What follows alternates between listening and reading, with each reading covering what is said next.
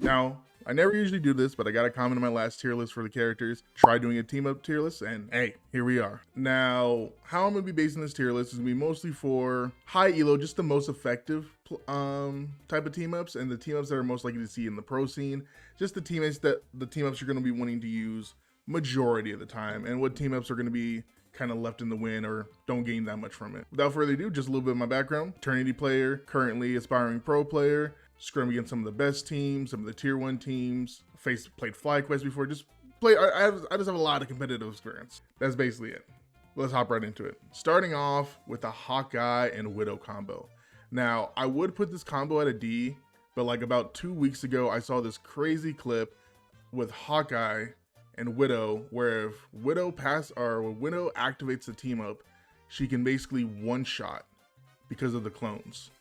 And just off that one little thing, I'll give it an S because it's not as useless as I thought, but she could basically almost clear a team by herself with that team up. And the cooldown is like, what, 18 seconds? So not bad. Punisher, Bucky, and Raccoon. This combo, I gotta say S tier. It probably won't be the best combo in S tier, but it's really, really good. This combo with just rocket reses, the good, what do you call it? The micro game that you get to play with just basically getting to hold the entire team with infinite ammo, regardless if it's just Bucky or just Punisher. Now, if it's both of them, that's a nightmare, but just one of them with the infinite ammo is going to be really, really good. And not to mention, at the start of the season, they buffed it. So now instead of like, I think 50 seconds, it's literally just 45. So insane, just insane in general. Huge tank melter. Gotta love it. This combo, Luna and Iron Fist, honestly gonna be D. Now, I got to be real honest. I had to look up what this combo was because you rarely see it in the game. And basically all it is Luna gets a C ability where she gets to slow enemies around her and heal her teammates. Crazy thing is, the slow doesn't look that impactful and the healing is not that impactful. It's just another get out of jail free card unless she's getting dived. In my opinion, it is not the best. I haven't seen it. It just seems like more of a gimmick. Hopefully they buff it in the next season or just give her something new. This combo right here, Luna, Namor, and Jeff the Shark. Now, I'm gonna be honest. A part of me wants to put a high A, another part of me is going to put it in S. Yeah, I'm putting it in S. I'm putting it in S because I feel like in this tier list there's not a lot of S tier team ups, but Namor is kind of a must if you're going to Luna, and it's not like a hard matchup because you usually want a Luna on your team. It's kind of like negates all dive characters. Really good for the Namor who wants to flank. And not just that, but Jeff the Land Shark, he is being like actually praised now. I think because the FlyQuest game went 100 Thieves, they took a map off the 100 Thieves because they had the Land Shark with the Luna buff on the flank. Crazy buff in the right hands. Just crazy. Now we got the dive team up. Honestly, I'm going to put a B tier. Not too bad. You got to use it right. The cooldown is kind of like very slow, so it's going to be on BP and Psylocke, but the recall is like kind of very slow. And I thought you get health back. No, it's kind of like temporary health, so temporary shields. So it's kind of wonky. Honestly, if you're going to use this team up, I suggest you use it with all three of the characters. Don't just use it off like say Magic and BP, because I feel like you're not going to get too much value out of it. I feel like BP becomes like insanely viable when it's like a rotating dive. So you're not the only one being targeted, because if you're the only one being targeted on BP, you're gonna have a bad day. Squirrel Girl Spider-Man. I would say barely B tier because it just adds to the CC on Squirrel Girl. It makes her, she already has like 2 stuns on rotations, but just adding the Spider-Man stun as well, I think just makes her that much more efficient. You don't really see this combo too much because it's weird to run a lineup with like Squirrel Girl and Spider-Man. Usually if you're running Spider-Man, you're kind of running a dive comp, and if you're kind of running Squirrel Girl, you're usually running anti-dive. So you don't really see these two together, but it's a good combo. It's a good ability. Gamma, strong A tier, not S tier as it used to be.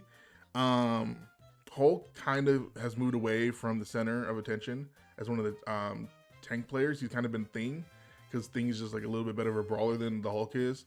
Iron Man, not a bad character, did receive some buffs this season, but there's just a lot of characters who are meta who can like shoot him out of the sky. If you're like a really good Iron Man player, it's gonna be like you could possibly consider this matchup or team up S tier, but not the best. I think the person who benefits the most from this is Doctor Strange. He already does a lot of damage, and just the increase of the gamma, perfecto. But this team up, if you do have bad players on it, you just cannot make it work. Like if you have a bad Bucky, I've lost matchups where I've had bad Bucky and bad Punishers, but because they have an ammo, you kind of need to do. You kind of need to just like aim down and just hold left click. It's not that hard. So not too bad of a matchup, but not too great. Kind of need skilled players on this. This matchup, I think if anyone knows team ups, this is by far the best team up in the game. They definitely gonna nerf it. They're gonna do something to it. The Res team up runs top 500 Eternity lobbies like crack in the 70s. But I got to be honest. This team up is kind of like Freelo.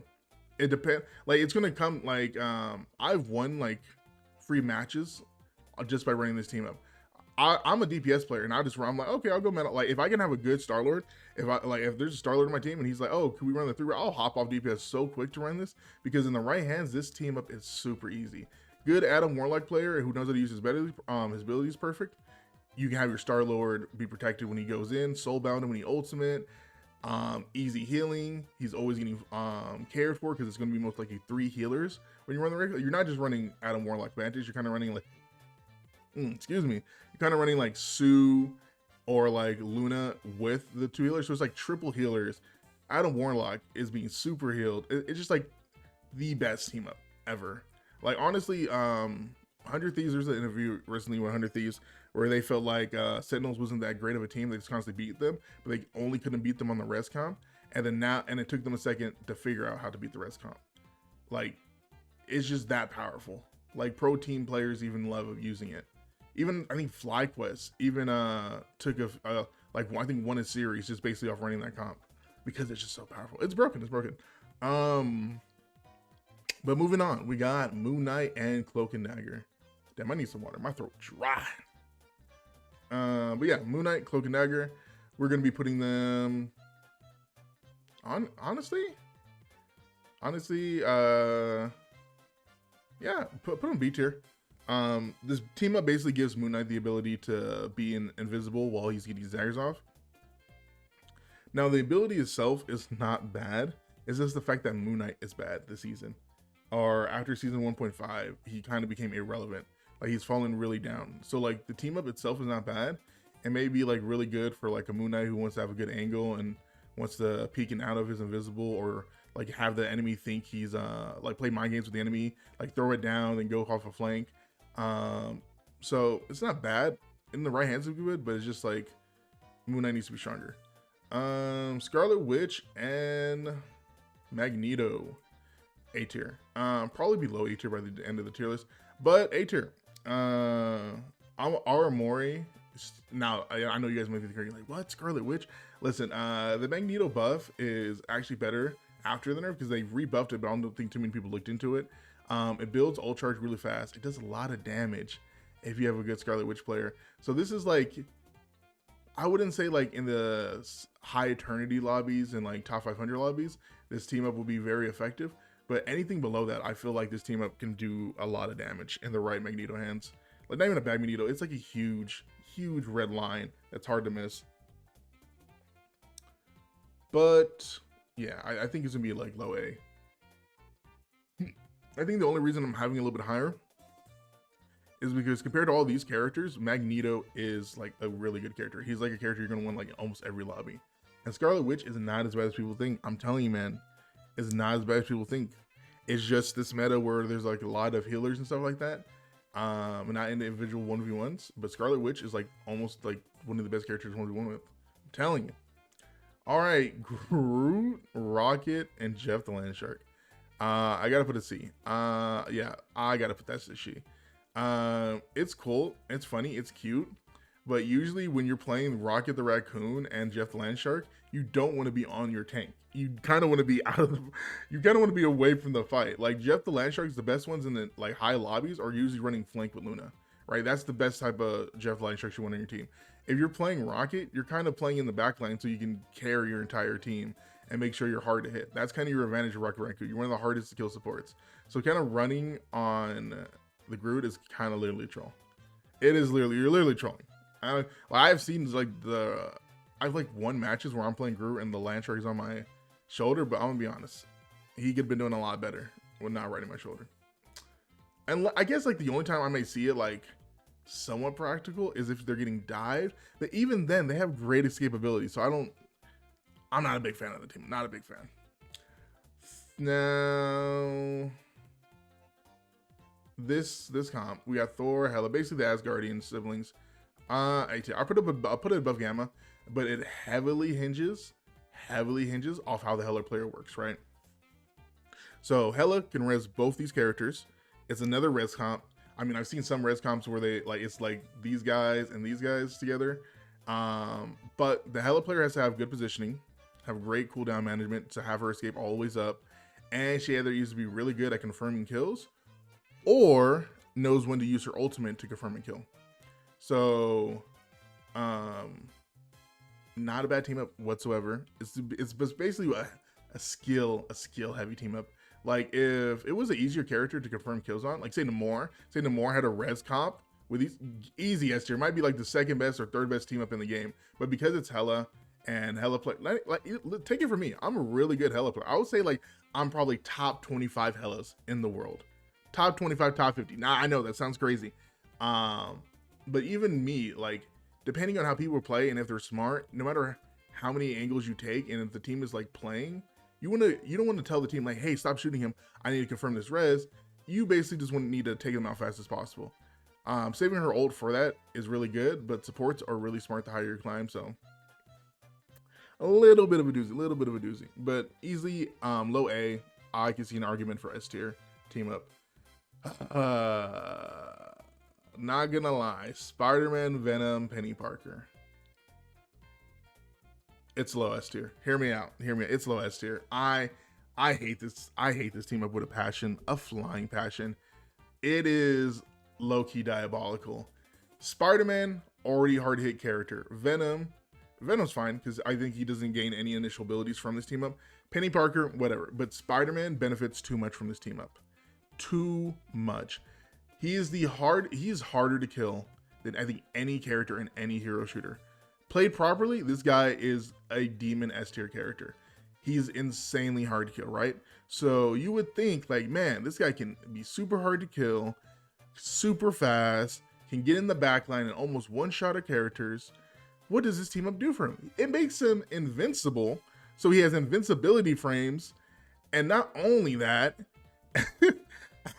he gets an extra damaging ability to help confirm his one-hit combo. He's a menace. Like I know there's a joke, like from the Bugle guy, I forgot his name, James Jonathan, always hitting on Spider, but like actual menace territory. Some people may question on my tier list why I have Spider-Man like high A, potentially S. Good, if you just go watch high elo Spider-Man. Even he was put out on the pro scene. It is a menace. And there's been recent bans of him too. It is the most diabolical team up in history. Now, I haven't faced a Spider-Man, and usually just Spider-Man and Venom, but I can imagine like being dived with Penny Parker as well. Like you get invincibility, like she's a tank and she gets an invincibility as another, but like I don't know. I feel like it needs to be nerfed. Captain America, Thor, Storm. I say A tier. It's definitely above Magneto and Scarlet Witch. Definitely depends on the Cap player. Storm gets an extra ability, which is cool for like, finishing off targets. Also helps build her ultimate. When you kind of use it off cooldown, it kind of chains lightning. So definitely a cool synergy. Not too much to talk about. Nothing controversial there. This one, obviously, I guess B tier. I would say like kind of right here in the B tier slot. Hulk thing, Wolverine, all good characters. But it depends on how your thing or Hulk kind of throws a Wolverine and if they're in a duo or not. Because these characters sometimes in randoms are just pubs, people just like throw these characters all willy without any objective. But a Wolverine getting a lot of like velocity, just diving into the enemy team without having to sneak around and kind of playing the flank style, does him a lot of benefit. Just not too much to it though. It's just not a crazy team up. So they've got to be Storm Johnny is a new team up this season. And where do I want to put him? I gotta think about this. I gotta put him A. I can't put him S because it takes 2 ultimates to activate the team up, but it has the highest DPS in game and lasts the longest. I think this team up could be potentially S if Namor, Hela, and like Punisher and Ifnama weren't like such a heavy thing this season. So air characters are kind of getting slaughtered out there. But it is a ultimate that can't be stopped. We don't see it too much though because it takes 2 ultimates, and these are kind of like niche characters. You don't see too many Storm players. Storm did get nerfed this season. Johnny's still a new character. People haven't picked him up yet. Like even with the recent buffs they got, he's still a good character, but like you just need the right players to run it. Fantastic Four. So now we'll count it as just what Sue provides for the team. And honestly, I kind of want to put it just above Johnny Storm and Storm. The reason I'm doing this is because Sue's ability to regen health for her entire cast is broken. Not saying his entire team, because you're never going to run like the entire Fantastic Four as a team up. We might see some people try some new things, but the fact that Johnny Storm gets a team up to regenerate his health and has some shields, pretty good. Fantastic Four, already a tanky character, gets that same buff. Probably the second tankiest character in the game. And then the Thing, who's already one of the hardest things to kill, gets that same buff. Like, I thought the Sue buff would be different for each team. No, they just all get shields and regens, basically. It's strong. It's definitely strong in the right hands. You won't probably notice it in like the lower elos because you're just throwing it out there every time you're low. But if you know how to like create space or get like extend, play very cautious with it, play more aggressive with the team up, and then get away or get out because of that buff, it's going to do you wonders. Honestly, a really good ability, really good team up. We'd like to see more stuff like that in the game. But yeah, that's basically going to do it for the team up tier list. Let me know your comments and opinions down below. And if you want to see my original tier list, it should be either somewhere on the screen or somewhere in the description down below. With that being said, hope you all have a good, wonderful rest of your day.